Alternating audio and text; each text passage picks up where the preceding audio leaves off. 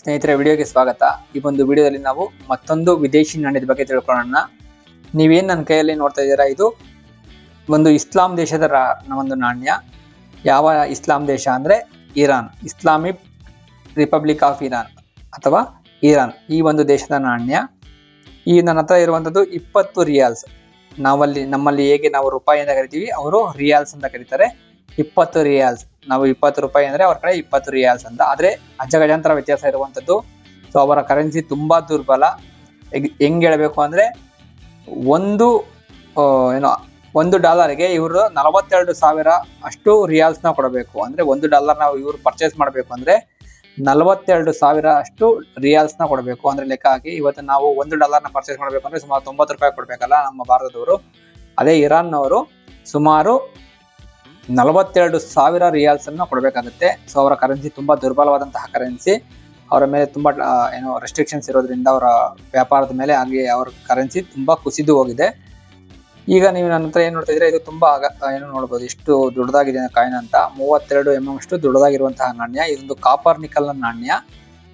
So ನಾಣ್ಯದಲ್ಲಿ full Arabic language ಅಲ್ಲಿ ಇರುವಂತದ್ದು.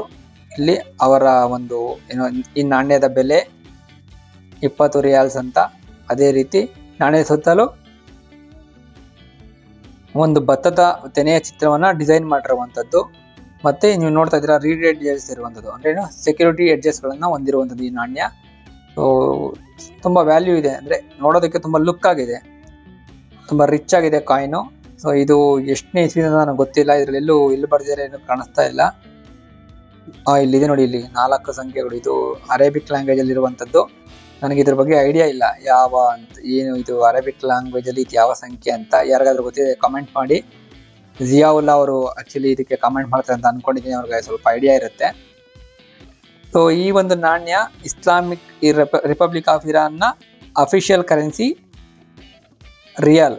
ಈ ಒಂದು ನಾಣ್ಯದನ್ನ ಅವರು ಸುಮಾರು ನನ್ನ ಪ್ರಕಾರ ಒಂದು 10-20 ವರ್ಷಗಳ ಹಿಂದೆ ಬಳಸ್ತಾ ಇದ್ರು ಅಂತ ಅನ್ಸುತ್ತೆ.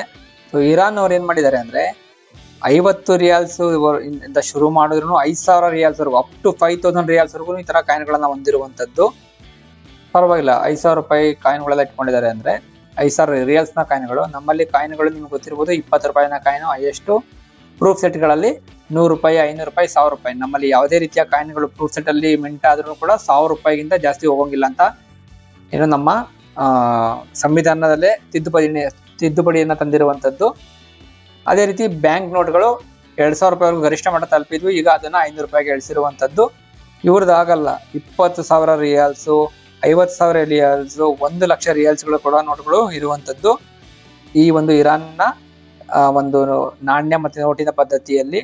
ಸೊ ಇದರ ಇಸ್ವಿ ಯಾರಿಗಾದ್ರೂ ಗೊತ್ತಿದ್ರೆ ಕಮೆಂಟ್ ಮಾಡಿ, ನನಗಂತೂ ಗೊತ್ತಾಗ್ತಾ ಇಲ್ಲ. ಫಾರಿನ್ ಕಾಯಿನ್ ನ ವಿಡಿಯೋ ನಿಮ್ಗೆ ಇಷ್ಟ ಆಗಿತ್ತು ಅಂತ ನಾನು ಅನ್ಕೊಂಡಿದ್ದು, ಇಷ್ಟ ಆಗಿದೆ ಅಂತ. ಇಷ್ಟ ಆಗಿದೆ ವಿಡಿಯೋ ಒಂದು ಲೈಕ್ ಮಾಡಿ. ವಿಡಿಯೋನ ಕೊನೆವರೆಗೂ ನೋಡಿದಕ್ಕೆ ಧನ್ಯವಾದಗಳು. ಸೊ ಇರಾನ್ ಕೂಡ ನಮ್ಮ ಮಿತ್ರ ದೇಶ. ಸೊ ಇದೇ ರೀತಿ ಅವರ ಬಾಂಧವ್ಯ ಮುಂದುವರಿಲಿ.